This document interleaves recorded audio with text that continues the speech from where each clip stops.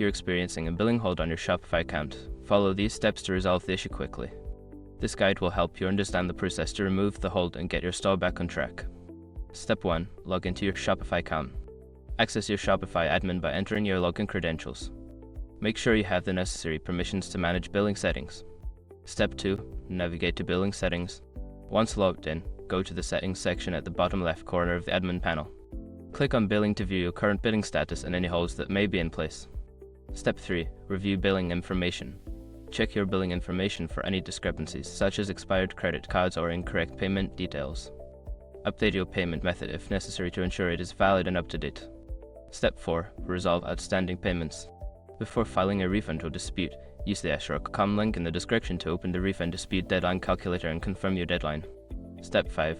Contact Shopify support.